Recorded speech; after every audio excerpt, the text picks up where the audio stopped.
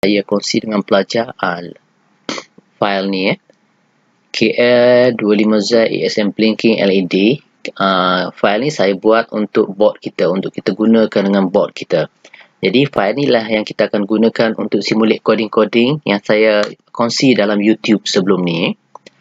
Okey, pertama sekali apa yang pelajar perlu buat ialah pelajar kena download link ni. Kemudian apabila dah download ke download folder, okey, awak akan dapat file dalam bentuk zip. Kemudian pelajar unzip sehingga kita dapat file ni. Buka file ni, kemudian klik ni KL25Z ESM Blink LED. Double klik. Tapi sebelum tu pastikan pelajar dah install lah Microvision 5 ni, ya. Okey. Lepas kita klik, kita tunggu komputer kita run program.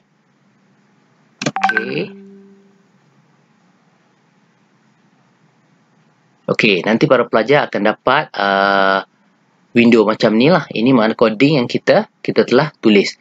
Jadi coding ni kita tulis khusus untuk microprocessor. Kita cek di sini. Target kita ni untuk produk NSP MKL25Z128. Ini ialah board yang universiti telah bekalkan pada pelajar. Jadi board ni dia ada dua memori di dalam tu. Dia ada ROM pada address 0 hingga bermula di address 0, dan saiz dia ialah sebanyak berapa ni? 20,000. Apa dia? 20,000 dalam heksa ni. Ini saiz dia dalam heksa. Jadi pelajar boleh convert kalau nak tahu saiz sebenar dia. Dan satu lagi kita ada RAM. Bermula dari address 1FFFF000 hingga, dan saiz dia ialah 4,000 dalam heksa. Yang ni pun saya nak minta pelajar kira juga berapa saiz bagi RAM dan berapa saiz bagi ROM. Ini akan diuji di dalam test ataupun di dalam final exam atau quiz, ya. Jadi ingat, memori ROM ni ialah read only, RAM ni ialah random access. Jadi di sini kita boleh tulis, ROM ni kita tidak boleh tulis. Itu pelajar kena jelas. Baik.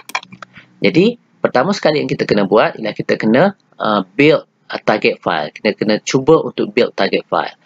Tapi sebelum tu saya nak bagi pada tahu pelajar coding program panjang. Daripada atas ni saya dah buat beberapa. Yang ni saya ambil daripada rujukan-rujukan tertentu jugalah. Dan di sini saya dah letakkan vector table, iaitu kita akan sentuh detail kemudian tentang vector table. Jadi di sini bermulanya program kita, ya. Reset handler. Bila kita reset board kita, cursor akan pergi ke sini secara automatik. Jadi bermula daripada baris ni. Saya dah tanda you are only allowed to modify starting here. Di sini sehingga di sini. Pelajar boleh delete. Ya, pelajar boleh delete. Tinggalkan kosong atau type coding yang mereka nak uji lah, ya. Okey. Dalam kes ni saya andaikan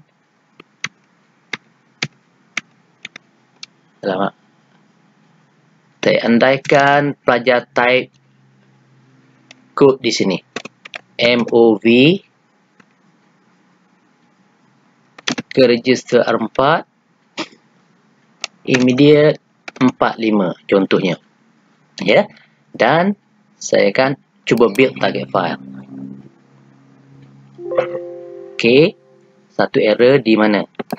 Kita tengok di sini. Dia kata flat preserving form, jadi kena ada S. Yang ni kita dah belajar dalam video YouTube yang saya kongsi dengan pelajar ni.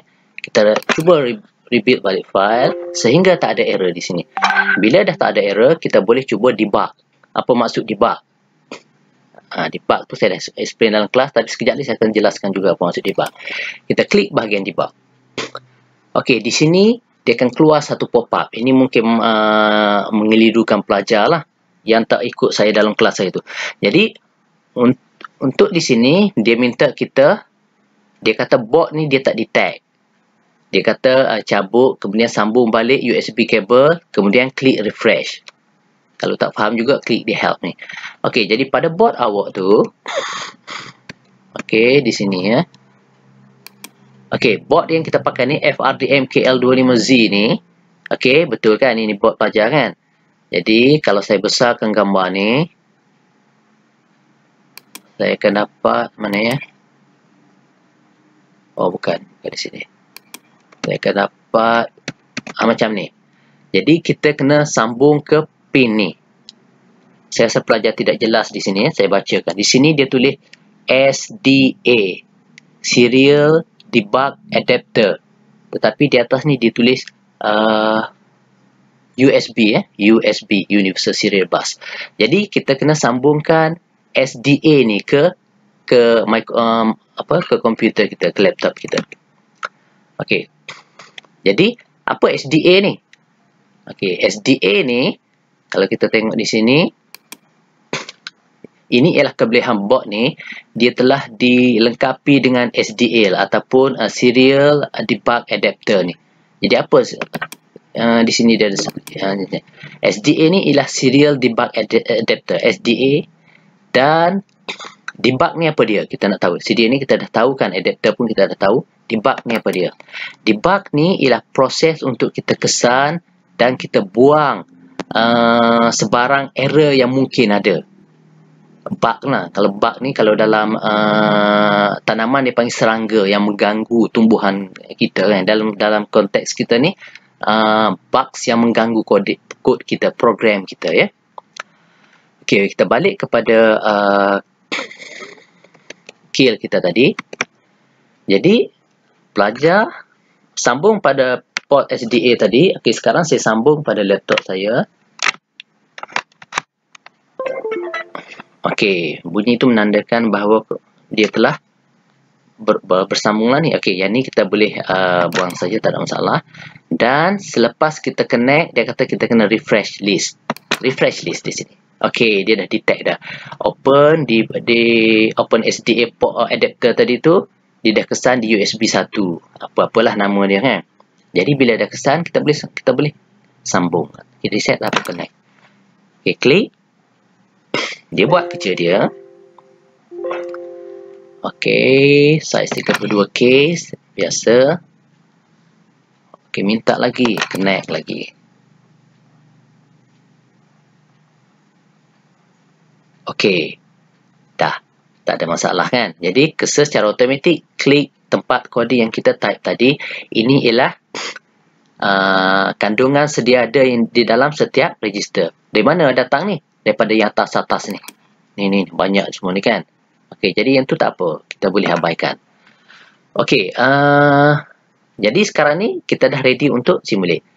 Saya boleh klik saja terus satu step. Saya nak movekan data 45 dalam decimal. Jadi dalam hexa dia ialah 2D tu tertera di situ, pop up tu 2D. Pada register R4. Perhatikan R4. Saya sekarang telah masuk data 2D. Okey. Baik. Sekarang ni apa berlaku jika sekiranya pelajar tidak ada board, tidak mempunyai board. Okey, saya tutup dulu yang ni. Okey. Dan kita buka balik. Ini ke? Okey. Saya klik sekali lagi.